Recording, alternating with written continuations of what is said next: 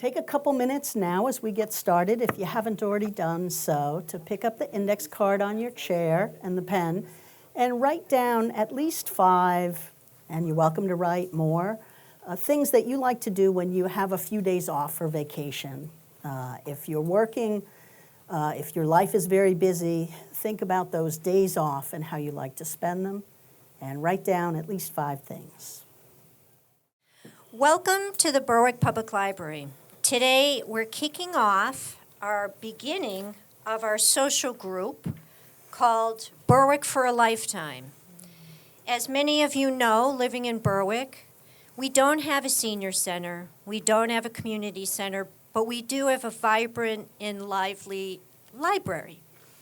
And my name's Sharon Kelly, I'm the director. And a group of us, a few years ago, well, probably way more years than I was involved, but I've been involved for 5 years, began a subcommittee of the Envision Berwick committee, and we call it Berwick for a Lifetime. And it's the focus on senior citizens here in Berwick and what we can do to bring more services, provide more services to our senior population. It's very important to me and our committee, our little subcommittee, that we kick off our we're going to call it revitalization of our subcommittee because we were pretty active, and we're going to be again. And we invite you to join us here at the library on Wednesdays at 10:30, and we're going to do it weekly, and we're going to try and bring informative programs here. If we don't have something every week, we're going to put our heads together and how we can bring more services into Berwick for our senior population. So, welcome. I have one more thing that has to do with the rec department. And this is something that's very near and dear to their heart, too. I'm partnering with the rec department to begin a mentorship program for teenagers here in the area. It doesn't have to be Berwick, it can be Lebanon, North Berwick, South Berwick. But if you think you could make a difference in a child's life, and it's a commitment of, it'll give you all this information. It's not a huge commitment. It's a weekly commitment, checking in with a middle school child. And being their mentor, they have a whole group of little children that are looking for adults to spend time with them. So check out the rec department. Angela O'Connor is the director of the rec department. She's spearheading this program. It's so wonderful. And I think it's a perfect match for seniors and school children. So another great thing we're doing. But today, we're here to listen to a wonderful program on dementia. What is lost and what is not? We have Dr. Castillo here, Liz. And she is with the Dementia Care and Older Adults geriatric team at York Hospital. And she is an expert on working with folks of age and with dementia. So I recently lost my mom, and she had dementia, and I can't tell you how I would have benefited from a program like this because it comes on slowly and you're so close to the people you love, you're not recognizing signs and what's happening, and I really wish I had had access to it. So I was so thrilled when I partnered with York Hospital to do this program because this is something we all can benefit from. I had a patron in here yesterday whose dog had dementia, and she was trying to deal with that. So it touches all of our lives. And this is going to be an uplifting program, I can just tell, from Dr. Liz, because she's that type of person. So when we get to this section where she's going to ask for participation, we have a microphone, as you can hear, and we will pass it around. Also, this is a lunch and learn sponsored by the York Hospital. So when you leave, you can grab a lunch And there's nice picnic tables outside. You can have it at home, and we just want you to enjoy this. Thank you so much for coming, and welcome Dr. Liz Castillo. Hi, welcome, guys. I do enjoy giving this this presentation to a small group. I've given it to up to 200 or 300 people, and I've given it to much smaller groups. And I'm going to try to cover a lot of ground, but we will have time at the end for questions, and we will also have some, I hope, participation. I think that that's a way that you'll feel like you're going to bring something home with you from this presentation, that it's not just me talking to you, but you'll take it in. We'll talk about these index cards later. If you haven't finished your index card, or if you've just come in, please go ahead and pick up that index card and write down at least 5 or more things that you like to do when you have some days off, some vacation days, away from the busyness of your life, away from work.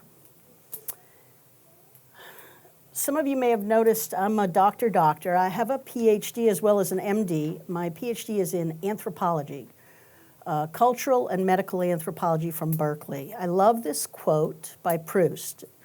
He says, "The real voyage of discovery comes not in seeking new landscapes, but in having new eyes." This is a photograph I took when I was doing field work in Malaysia for my dissertation on the meaning and experience of heart disease in a rapidly developing multi-ethnic country in Southeast Asia. I did a real deal anthropology degree. We are going to be talking about what dementia is and what it's not. There are tons of myths about dementia. There really is an important subtitle to this talk, which is missing from this slide, although this slide looks better than the one I had made because it didn't have this nice picture. Improving quality of life with dementia. That's really what we're talking about today. And to get there, we're going to talk about what dementia is, what is lost in dementia, and what it's not. There are a million myths about what dementia is in the public media. The death before death, the loss of the self, the walking dead, living ghosts. And those things really are not accurate. They're just scary. Dementia is a fancy Latin word that means any disease or medical condition that changes thinking and memory. We think of the classic dementias as Alzheimer's, Parkinson's, Lewy body dementia, frontotemporal dementia, and some others that are less common, primary progressive aphasia. These are neurodegenerative diseases that unfold over years. Often 10 to 12 years is kind of considered the natural history. I'm going to read a couple of quotes that I think shaped me as a young doctor in training, the experience that patients and families had with dementia, and what a terrible job we did and maybe still do in medicine. Here's some things patients said in one specific article. "I'm not sure the doctor knew how to deal with Alzheimer's. It was just diagnosed and that's it. It looks like she has dementia and we'll just have to wait and see." Another patient and family said, "I felt like the doctors were really not much help to me. They didn't know what to do." It seems that once a person has been diagnosed with dementia, many doctors just ignore them. I would ask the doctor, "How is he doing?" And they would say, "Fine." But when I went to see him, I found him sitting with his head in his lap. In other words, he didn't look fine. I think that that is pretty accurately capturing the way most clinicians are trained. They're not trained about dementia and confusion the way geriatric medicine specialists are. We think of confusion the way doctors are trained to think about chest pain or shortness of breath. We know exactly what to do. You do a rigorous process of workup and diagnosis. When someone has cancer, we don't just look at them and say, "You look really sick, I think you have cancer."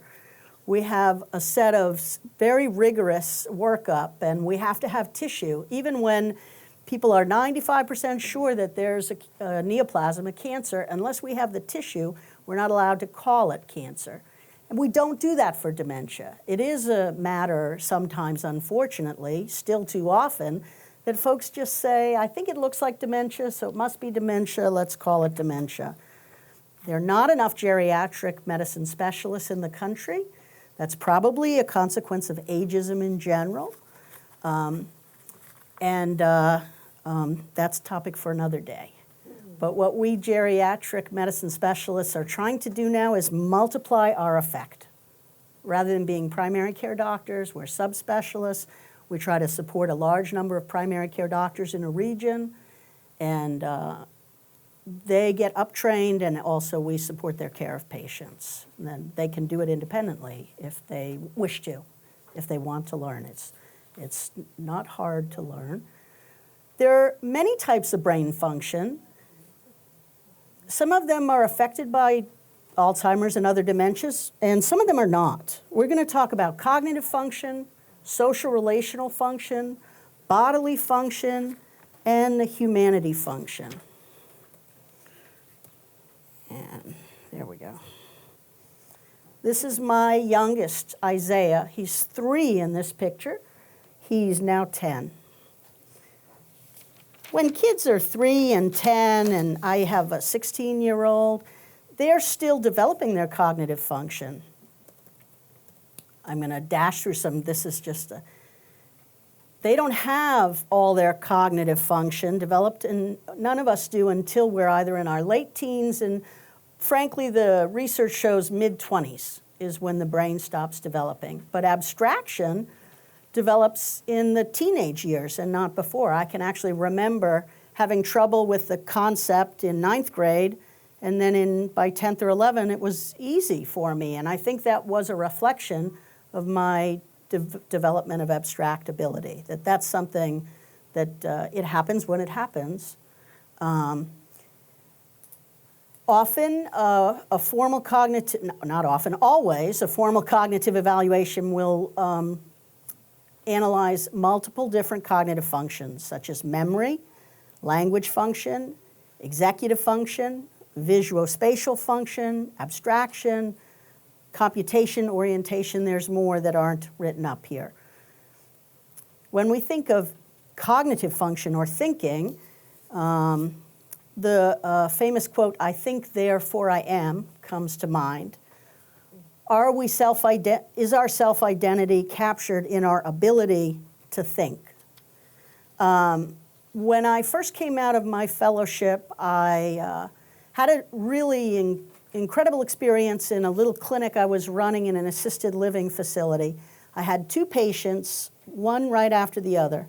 The first patient was miserable when he tried to read. He told me he hated reading, he couldn't follow the plot thread, he couldn't remember the characters, he used to love reading, he hated it.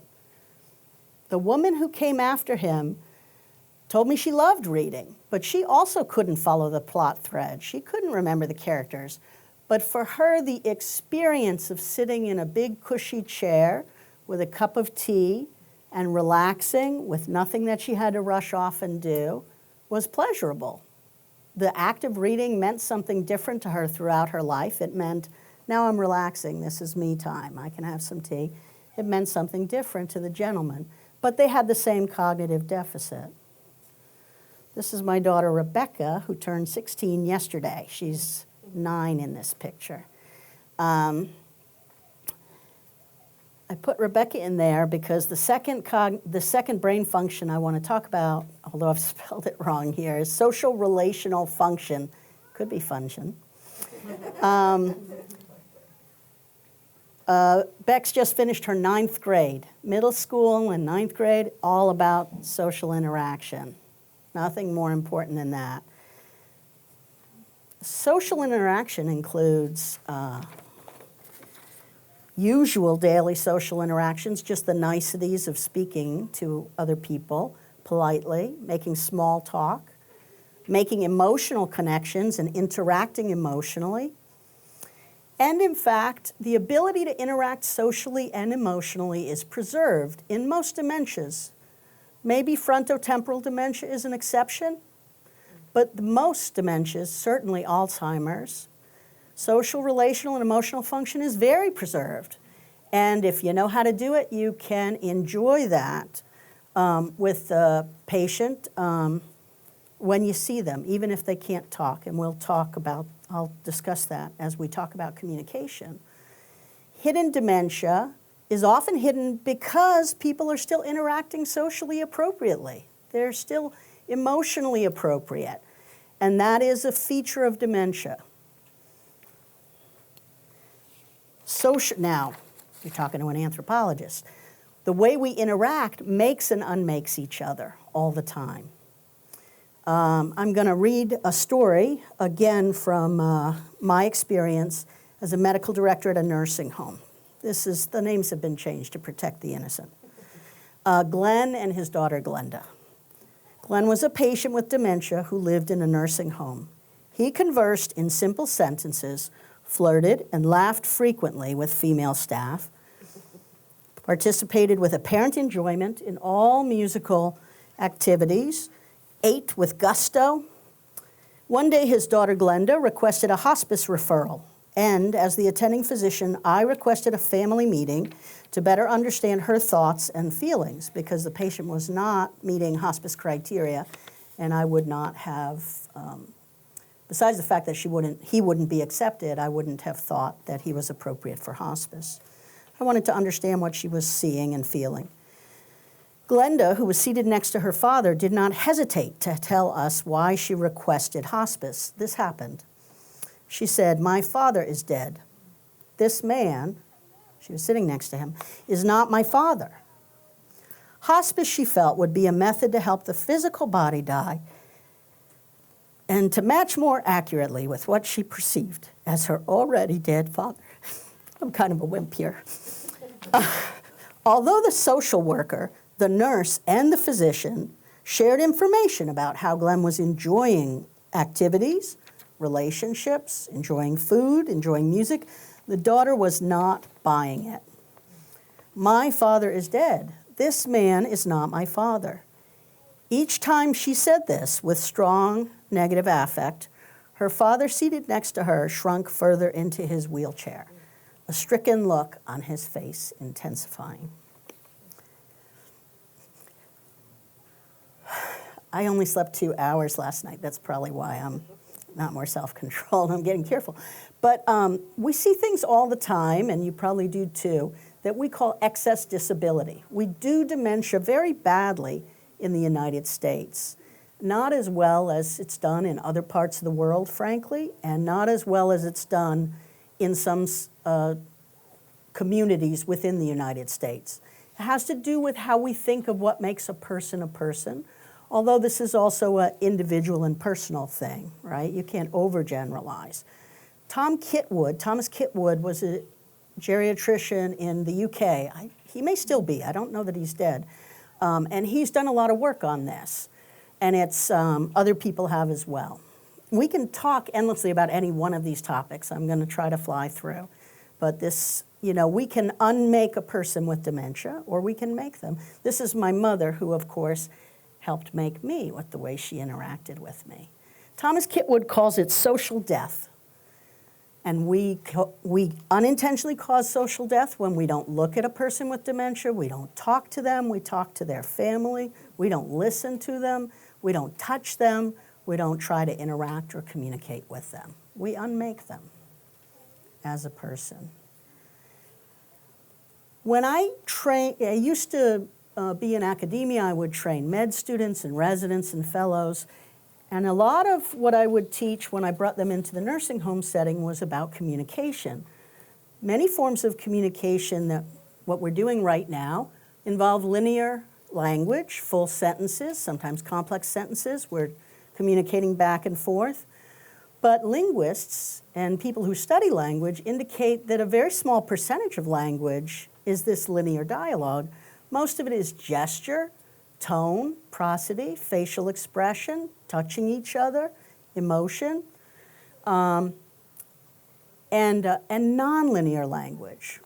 Generally speaking, folks with dementia, particularly Alzheimer's dementia, which is a disease of language predominantly, lose the ability to communicate with linear language, but they do not lose the ability to communicate. They do not lose the desire to express things or to express themselves.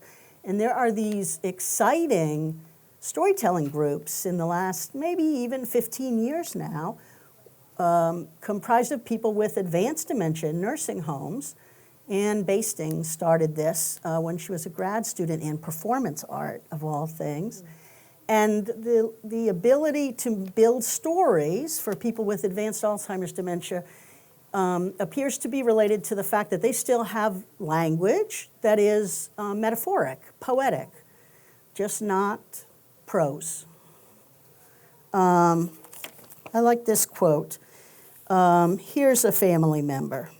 The patient, the loved one, may not even have known that it was an adult child, but they knew it was someone who loved them. The adult child said, "We continue to be deeply connected. When I arrive, he smiles, runs up to me, and gives me a big hug. He's very affectionate and tender. We share lots of loving eye contact. We hold hands. He strokes my hair. He kisses me. We still communicate with looks and caresses and smiles and laughter. It's taken a while, but I've gotten used to it. Odd as it may sound, we still have fun together." And a lot of what people can do, there are even some workshops led by area agencies on aging or Alzheimer's Association groups on learning to speak and communicate with folks with dementia. Stephen Sabat is the academic in psychology who coined the term indirect repair, and it's basically learning how to communicate with someone who may have lost linear language. That has nothing to do with my husband, who hasn't lost linear language. Usually there's a reason I can't remember. Maybe because there's an obvious thing, which is when I met him, I didn't speak Spanish and he didn't speak English.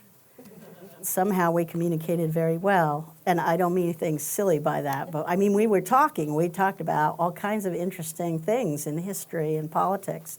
I don't know how we did it. It must have been God.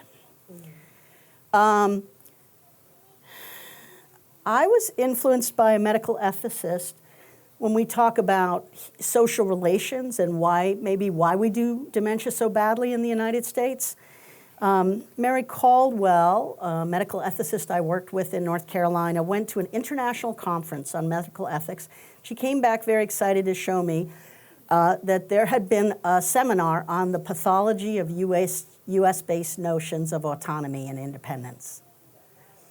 We have an Independence Day. We don't have an Interdependence Day.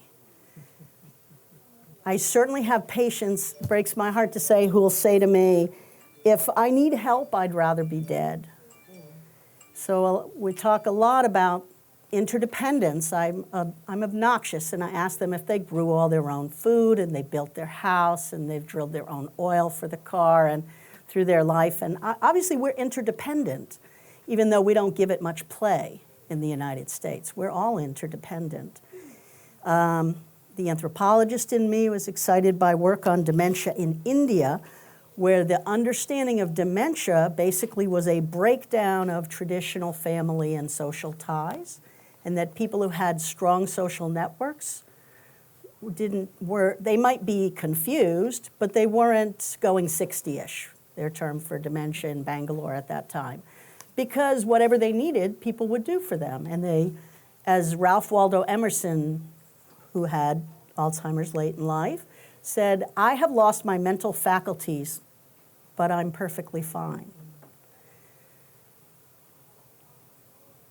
Japan, notions of what makes a person, very linked to social relations and layers like a tangerine. A person is the flesh of the tangerine and the skin.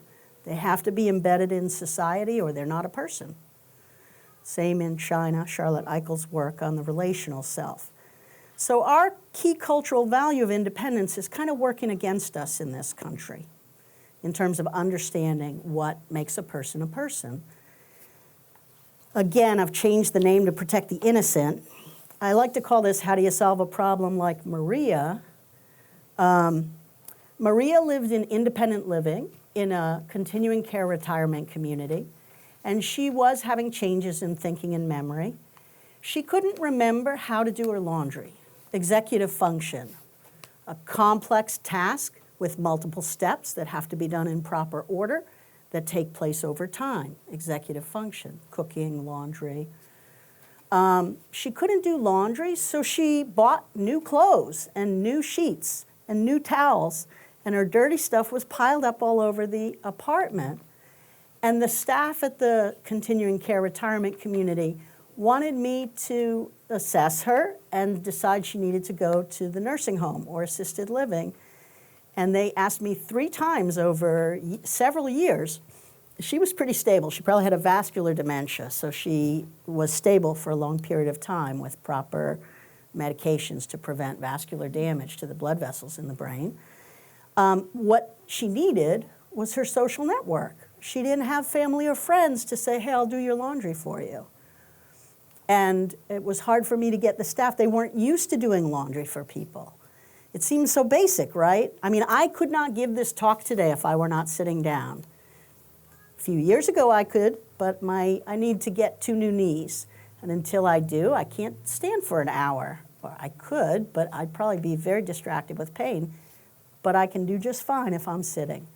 So if we make some adaptations and recognize our interdependence, we can improve people's function. And Maria remained in independent living. This is my daughter, Esther, who's probably 13 in this picture. She's now 19.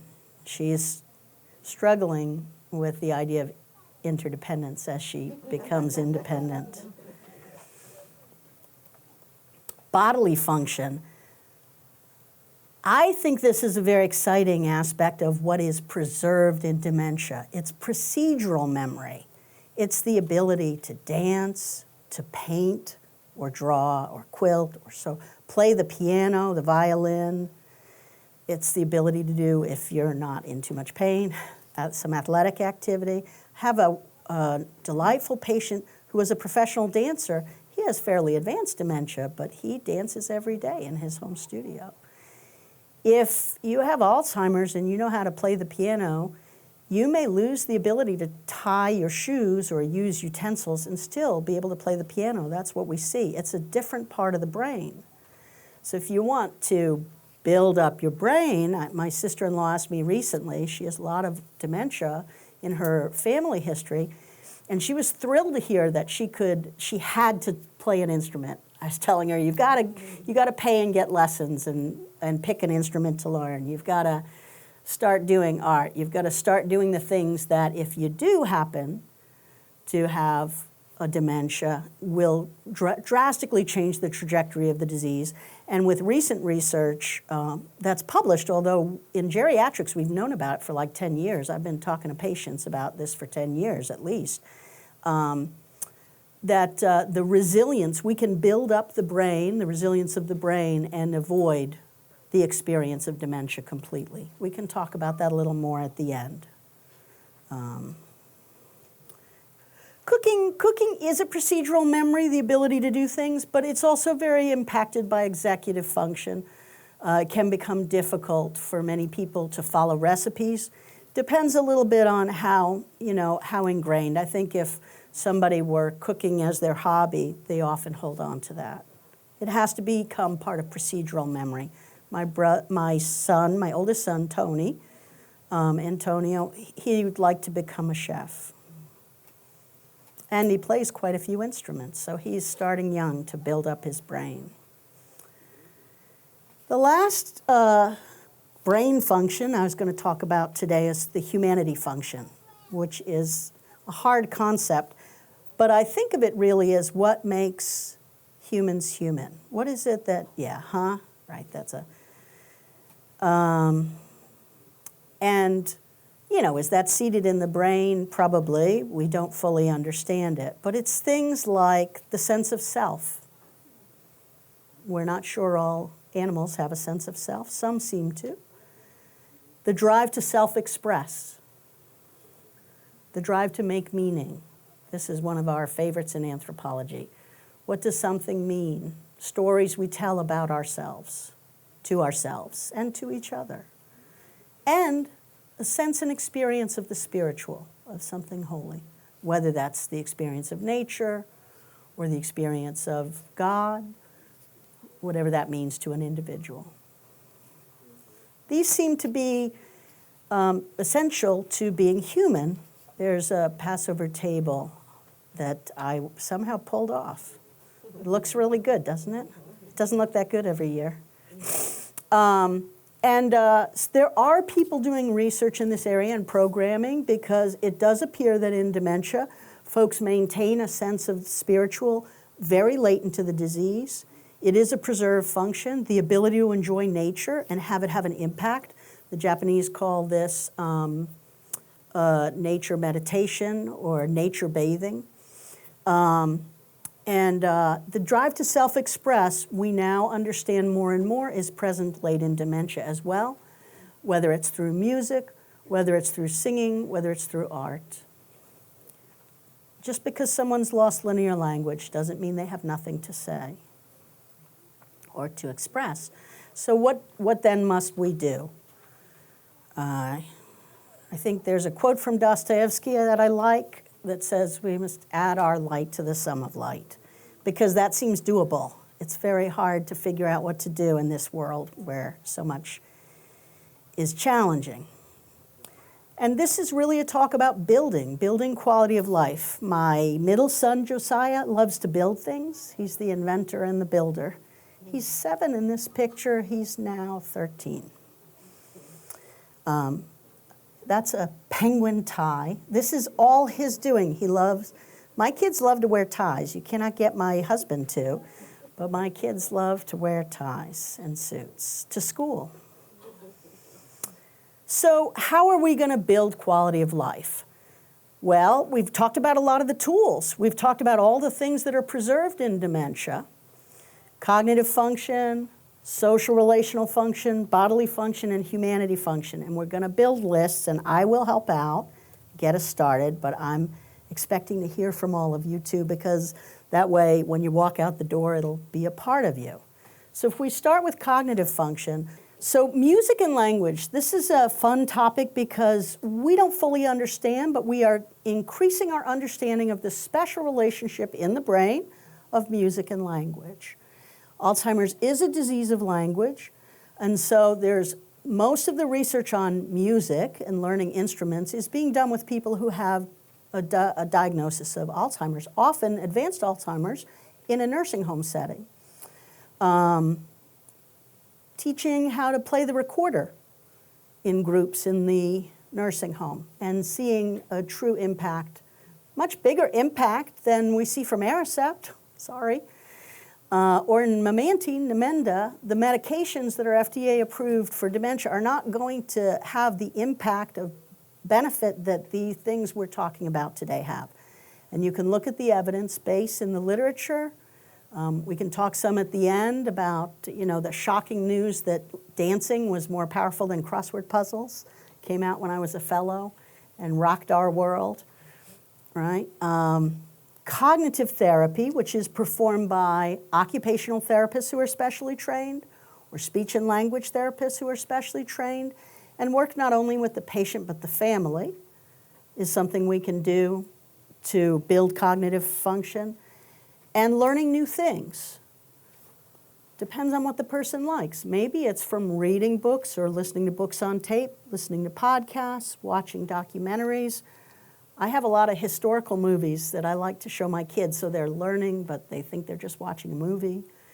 The Duolingo app on the smartphone, you can learn language.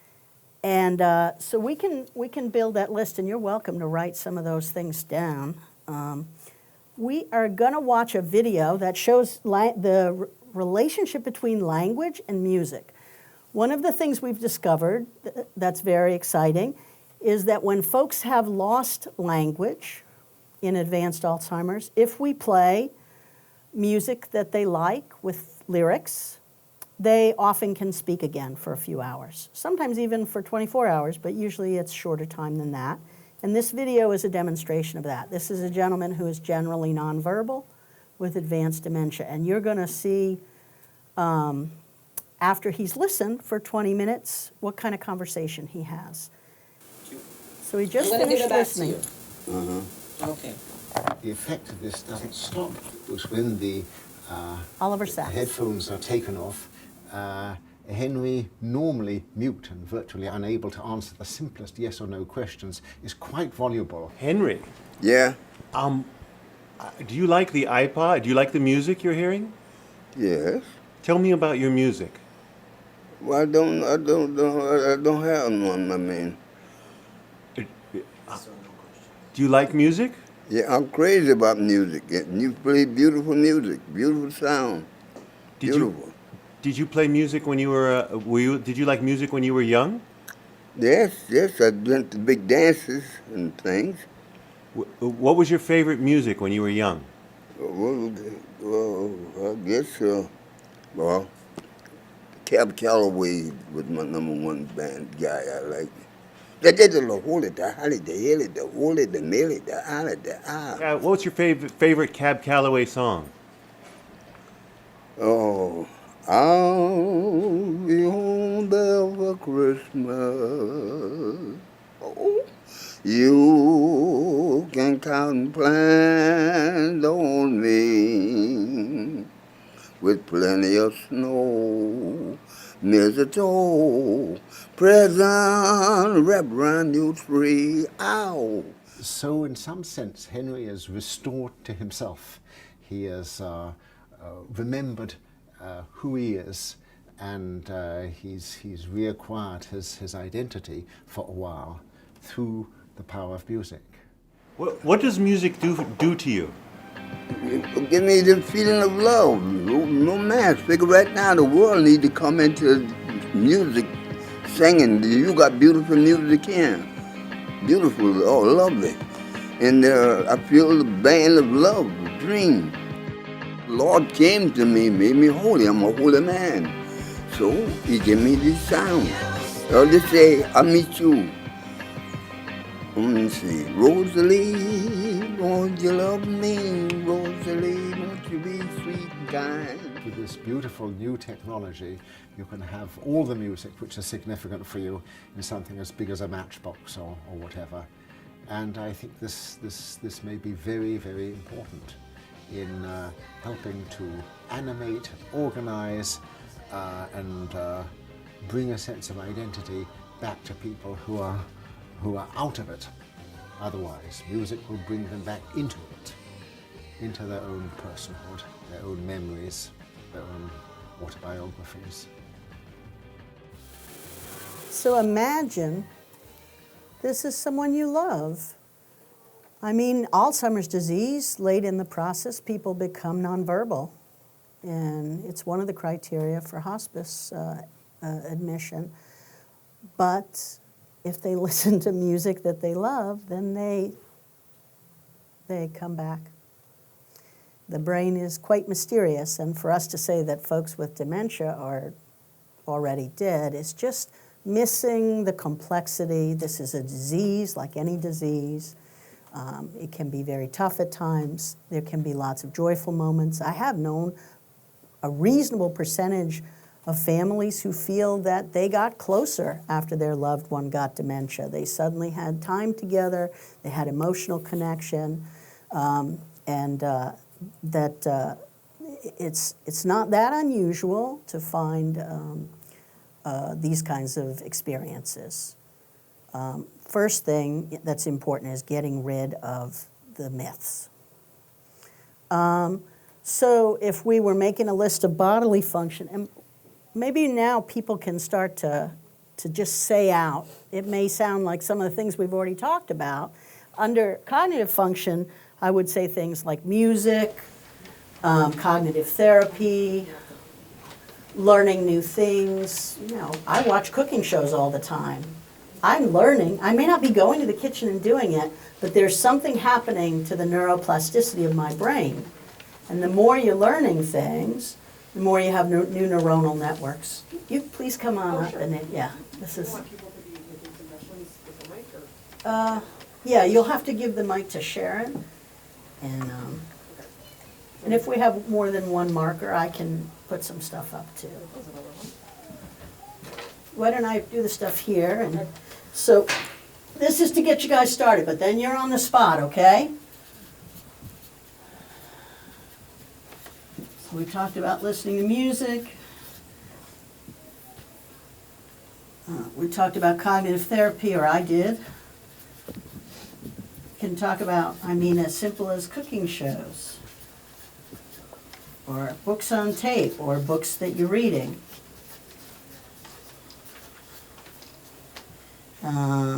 Things like Duolingo, learning a language for free. Okay. Any other thoughts about cognitive function? We can.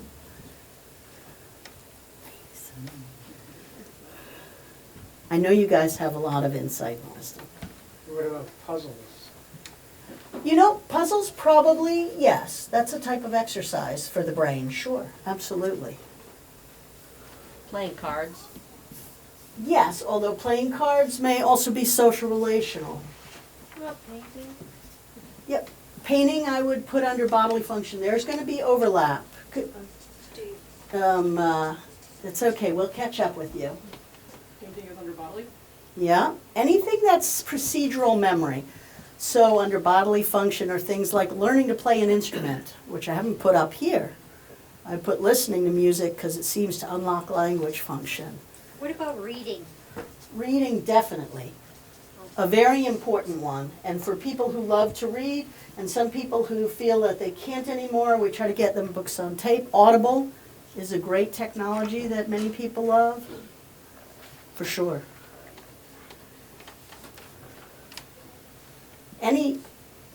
What about some more social relational? We put down playing cards. I'm going to say dance, and let's put it down on every single one of these. Dancing turned out to have the highest impact on the brain when, 30 different things were studied. The research came out 30 years ago, and everybody was shocked. But when you think about it, it makes sense. Dancing, if it involves memorized steps, involves learning things, the memorized steps. Could be disco dancing, could be ballet dancing, square dancing, line dancing, waltzing. It's physical, bodily function. It's social and interactional. And there's probably something about expression of the self. And that's why I put it under humanity function. More thoughts? What about crossword puzzles, Sure. Sudoku? Yeah, Scrabble. And if people don't like them, I don't think it's worth forcing oneself, but if it's enjoyable, I'm a big fan of, you can take travel Scrabble anywhere. I've done it. Bingo's a good one. So here, that's interesting. In a social. Yeah, I don't know that bingo has I'm gonna be a Debbie Downer here. Sorry, I hope no one's named Debbie. Sorry. It's a Saturday Night Live thing from the 70s. Don't listen to There are certain things that may not have a big impact on the brain, even though they are enjoyable and they may help with anxiety and stress. One of those things is coloring, for example. Drawing or painting freestyle builds the brain. We know that's pretty clear. Any kind of creative activity in the arts, photography, gardening. Gardening should be up here. I have people who do carving, clay. I have a lot of blind patients that I've tried to get working with clay because that's very accessible to them as an art form. But coloring, not so much because it's not creative, it's not expressive of the self. And so I'm not sure I don't know what the research says about bingo, but if it's fun, it's definitely social relational, without a doubt. And I think it may be cognitive because you have to match and you have to process. So let's go with it.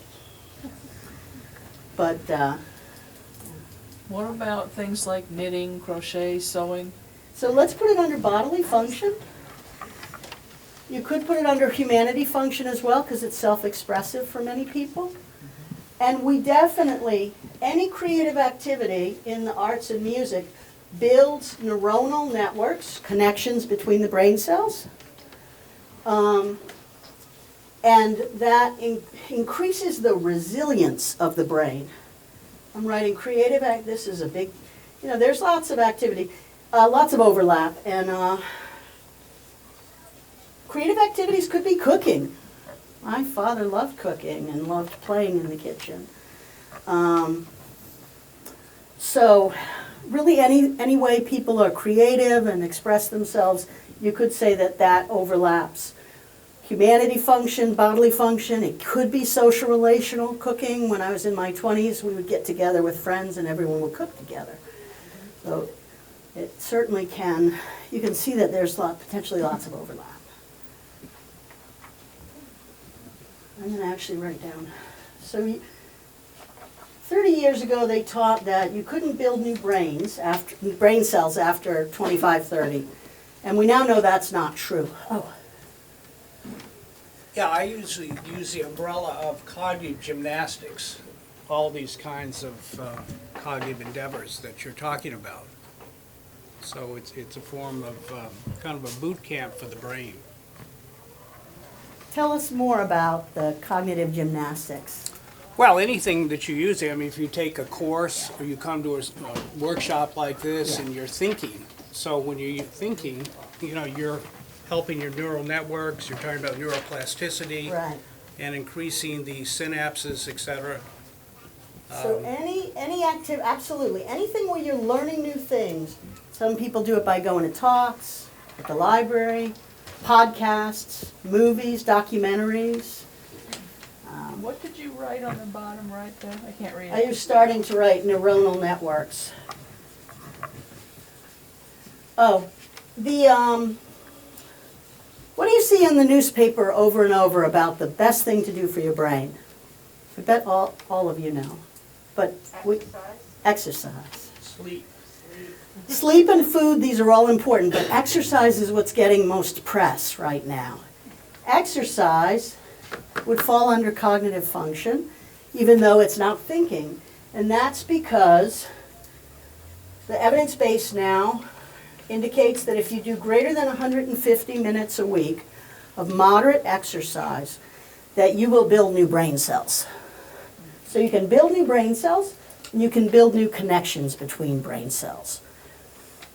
So this doesn't necessarily capture the richness. I mean, under humanity function, we would put things like going to church, going to the museum. There's tons of programs in cities for folks with dementia to go to museums or for artwork to come to them. Going to a concert, poetry groups, the storytelling groups, worshiping, Bible study, whatever is important to that person, being in nature. So it's going to be, of course, individual to the person, what captures that aspect of their humanity, expressing the self, and being in nature, and this issue of the spiritual. I'm sorry, I'm probably jumping around because I'm trying to build more on each list. But y'all could also write things. But when I work with a patient, as we're building our action plan, we talk about what the evidence base shows. We talk about the things they've enjoyed all their lives and what they want to focus on as activities that are going to build up the resilience of the brain. And the exciting new article in the New York Times recently presented this material that we geriatricians have, I hope I'm not one of the only ones, I hope all of us are doing this, explaining to people that there's some exciting research that shows that doing a lot of these activities can dramatically help people to avoid the experience of dementia. In this shorthand summary of the research, people in their 90s who were not experiencing dementia basically bequeathed their brains for research. There's a lot of pathological research on brains in academic centers around the world. And what was surprising and unexpected was that a reasonable percentage of these individuals who did not have dementia had the histopathological findings of dementia. They had plaques and tangles of Alzheimer's, but they did not have the experience.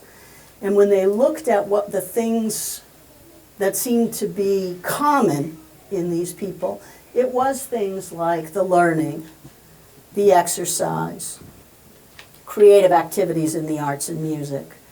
And so we refer to this as building the resilience of the brain. You hear about this in cardiology when we talk about the development of collaterals, of alternate routes for blood supply to heart tissue. If the body has time to generate and build collateral flow of blood, even if there are blockages in some blood vessels that are supplying the heart, the collaterals will supply blood to that heart tissue and protect. And you can think by analogy that in the brain, if you've got many, many more neuronal networks or communication networks between brain cells, which we build up in educational, formal education and informal education. We've known for many years that the more years of school you go to confer protective benefit against dementia. And this is part of our understanding of how that actually happens, is just by building neuronal networks. So if you're going to have damage to the brain, if you have, 100,000 extra neuronal communication pathways, because you've been learning and studying and expressing yourself creatively, you can still have a lot of injury, but it doesn't manifest in everyday life because you have other pathways. Those are the models people are considering as likely. You may know more neurobiology than I do, so by all means, anybody who has knowledge about this, I'd love to hear from them. But that is one of the models that seems to indicate why it's valuable to build up the resilience of the brain by building up new neurons and building up new neuronal networks, doing something that you enjoy, right? Has to be something you like. And you're absolutely right that sleep and food are also important. I just try to talk about things that are not as often discussed.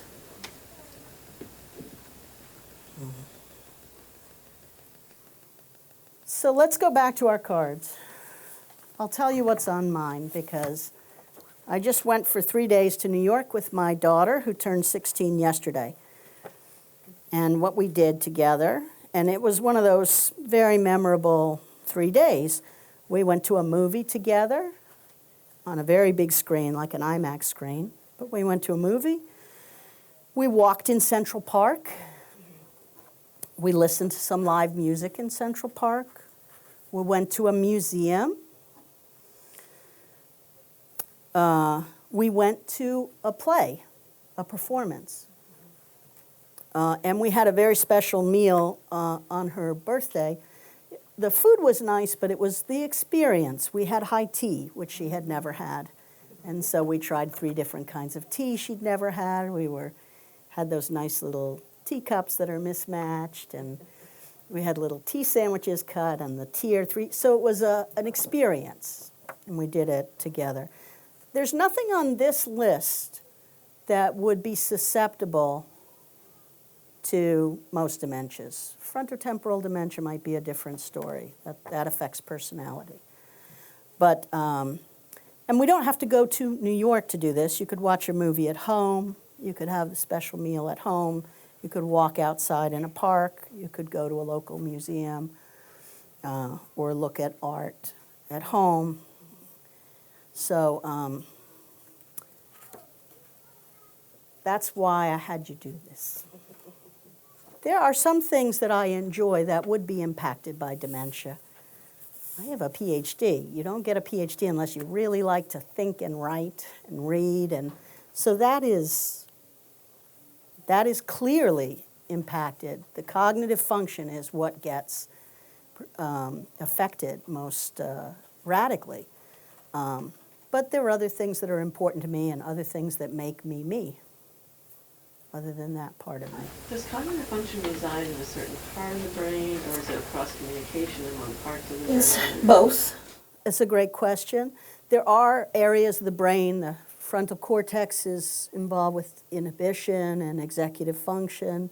Parietal lobes, particularly on the right side, involved with visuospatial function, which I appear to have been born without. So GPS is my friend. Remember, it's not dementia if it's all your life. It has to be something that develops. And I feel in good company because my mom's the same way. We're very good at getting lost.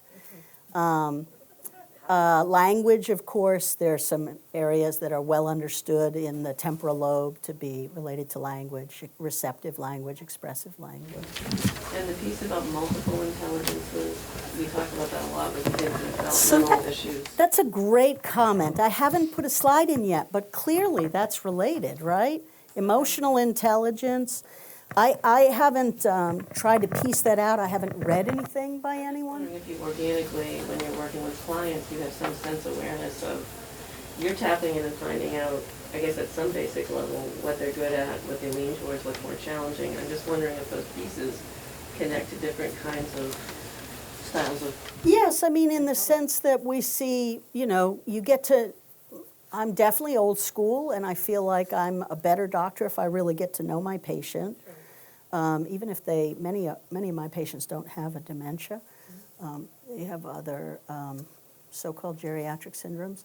But I mean, if somebody loves dance and exercise as opposed to someone who loves gardening, yes, you want to be very, individualize what's going to help a person and a family the most. Yeah. I think that's a great connection to make.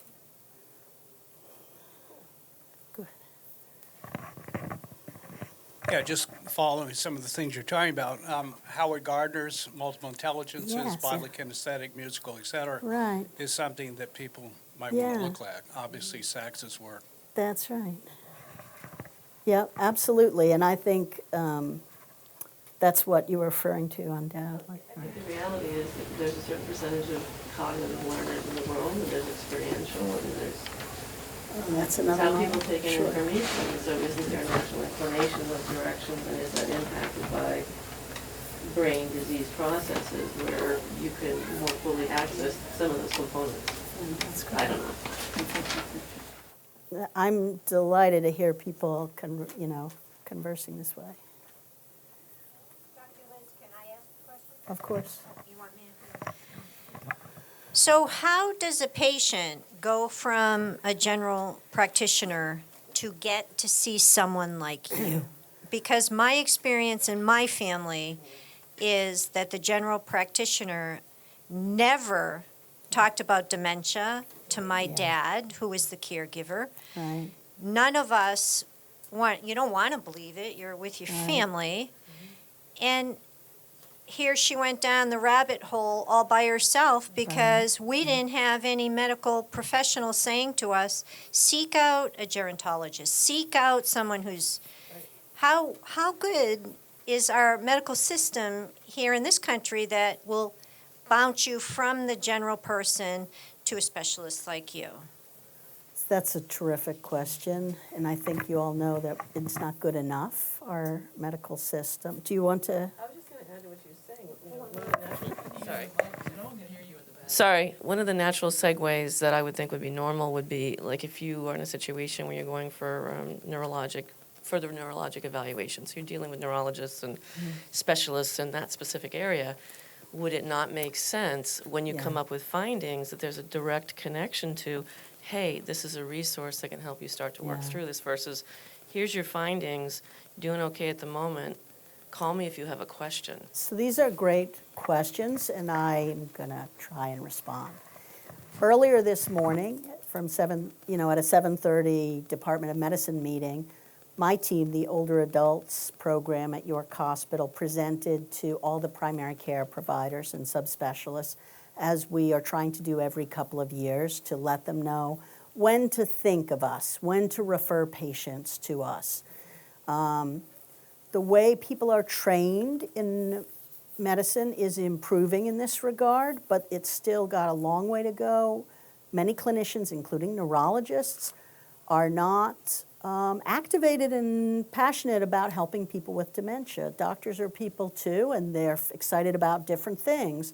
So you do want to find someone where that's their thing. A couple of years ago, Peter Moran joined York Hospital. That's his thing. He spent 30 years focusing on dementia as a neurologist. I'm a geriatrician where I got very excited about this for a lot of different reasons, anthropological as well as just as a physician, because I could see, well, the bar is really low. I can really have an impact and really improve the experience for patients and families, because we're doing such a terrible job in general, sad to say. There are some great geriatricians. You tend to need to look at an academic setting initially. And urban centers are doing better than the rest of the country. There are some great agencies, like the area agencies on aging. There are other agencies that do a good job in some respects, but not necessarily all respects. Patients and families need to be their own advocates. I wish that were not the case, but it is. I mean, you have people like me who are rabble-rousers. You'll always have some primary care doctors who just want to take care of their own patients and don't want to include. And so we're working on that. Last question. Sorry, I don't mean to be hogging it, but this is a hot topic.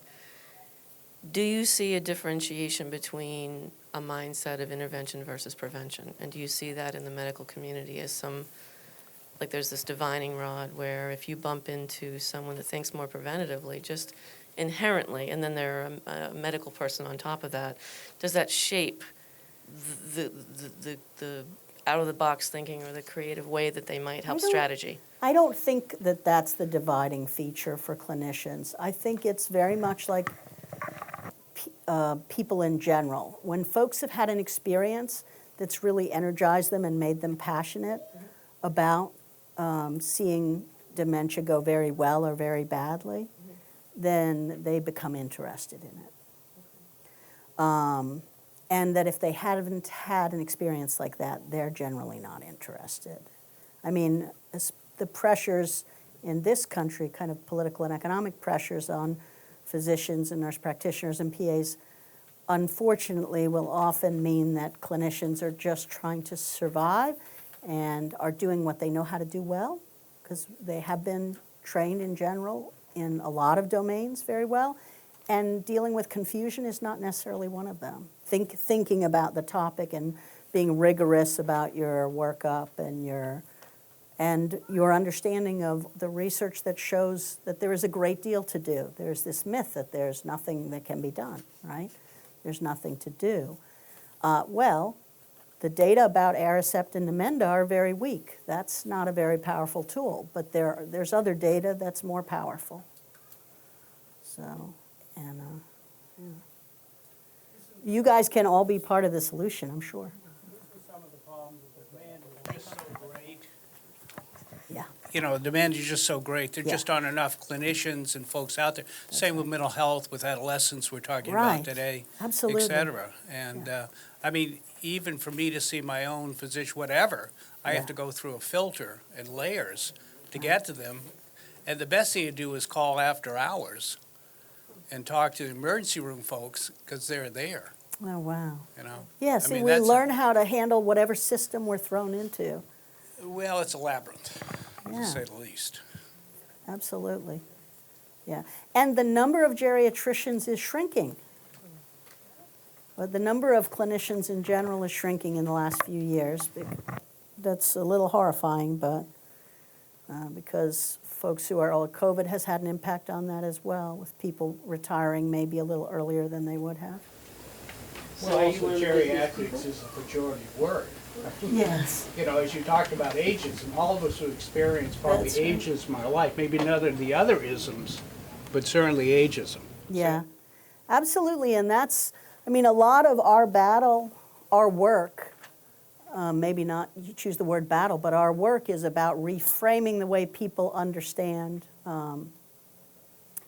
aging as this, I think of it as a positive thing. People talk about going downhill. There is a new metaphor out that I like, which is gaining momentum. Right? I'm not going downhill, I'm gaining momentum. And there's a ton of research that shows that contentment, happiness, the ability to do complex tasks and have perspective all increase with age. It's not that you look at all these different axes and indices and things are devolving. That's not the case at all. Many things are improving. We're gaining momentum. You know, we talk about being a mentor to a young child. There couldn't be anything more valuable, I think, for the child and hopefully also for the older adult who's engaged in that.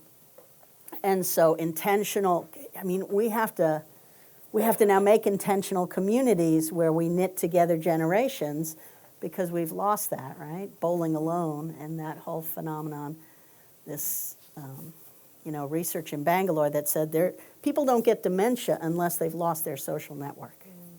And they don't have family and friends engaged in their life, and then if they don't have that, then they've lost SIVA, and they're going 60-ish. So it's, what makes a deficit a deficit? If we're all interdependent, the experience is different, which is why I say we do dementia very poorly here, and we could do it a lot better. It's within our grasp to do it better.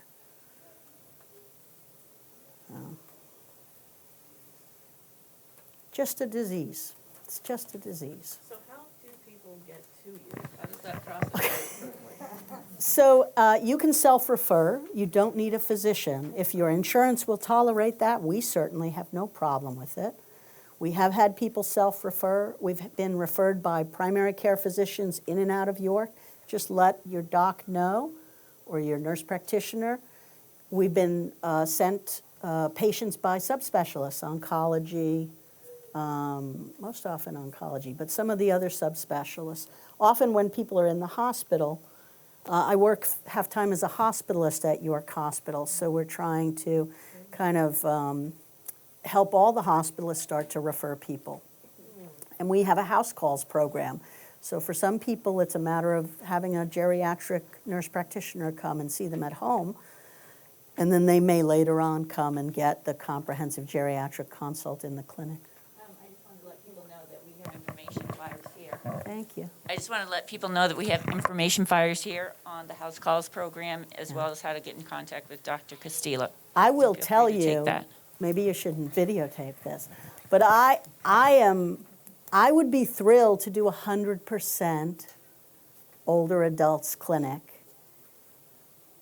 But that's not being permitted. It's not a priority as what to build in the hospital right now, although I keep asking instead of 50-50, why don't I just expand this program? So if there's more demand in the community that the hospital is hearing, then you have a clinician who's chomping at the bit to be available 5 days a week to you instead of 2 days a week. That's a difference. So we just call the main line? I have not, I'm not sure how that's done. We have a little sheet, survey. Feel free to write things on that that aren't asked, but. Also, if you go to, on our website, there's a place there that you can make any comment that you would like, and you could always put that desire in there, and that gets to the right people. Yeah. So There is a program that's going to develop at Leahy Clinic that's starting to emerge. Winkleman is, I trained at Harvard, and Winkleman is from Harvard. Portland has good geriatrics program, a nice geriatrics fellowship. I used to be a geriatric fellow program director in North Carolina, satellite program of Chapel Hill. So I have met many of the people in Portland, and they have a lot of board-certified, trained geriatricians, not too far north. Maine is doing better than many states in terms of its commitment to older adults. We have more yeah. aging people Absolutely. than any other state, so I hope that's. Yeah, commitments not just in healthcare, but age-friendly communities. We are the leader in terms of the 50 states in having towns that have decided to have their own program for an age-friendly community with their own committee. Saco is a leader. Elliott now has a committee that I participated in. So there's lots of ways. There, Berwick has a committee. I just happen to live in Elliott. That's the only reason I know it. I learned it. Yeah. Yeah, we're doing well as a state. Any last questions for Dr. Liz? Or? All right, thank you so much. This has been an incredible program. I think we all walk away with a lot more knowledge than we started with. I can't thank you enough. Anytime. And you can't hold a community back when you teach them something and they leave the building and go out and get what they're looking for and help other people too. So thanks so much for coming. Absolutely. Dr. Liz, thank you so much. Thank you. And York Hospital. I want to thank the participants. You guys were pretty amazing. There's a lot of knowledge and experience in this group. You could definitely form a committee. I'm busy, but I'd be interested in helping. But I mean, I was really captive. I was really struck by the comments and the conversation in the group. So we're getting there. And Angela O'Connor is the director of the rec department, and she is here. And if anyone wants questions about the mentorship program, please see Angela. And thank you very much. And one last reminder, there are lunches that you're welcome to take yeah. with you on your way out, and bottled water. So thank you again for joining us. Thank you.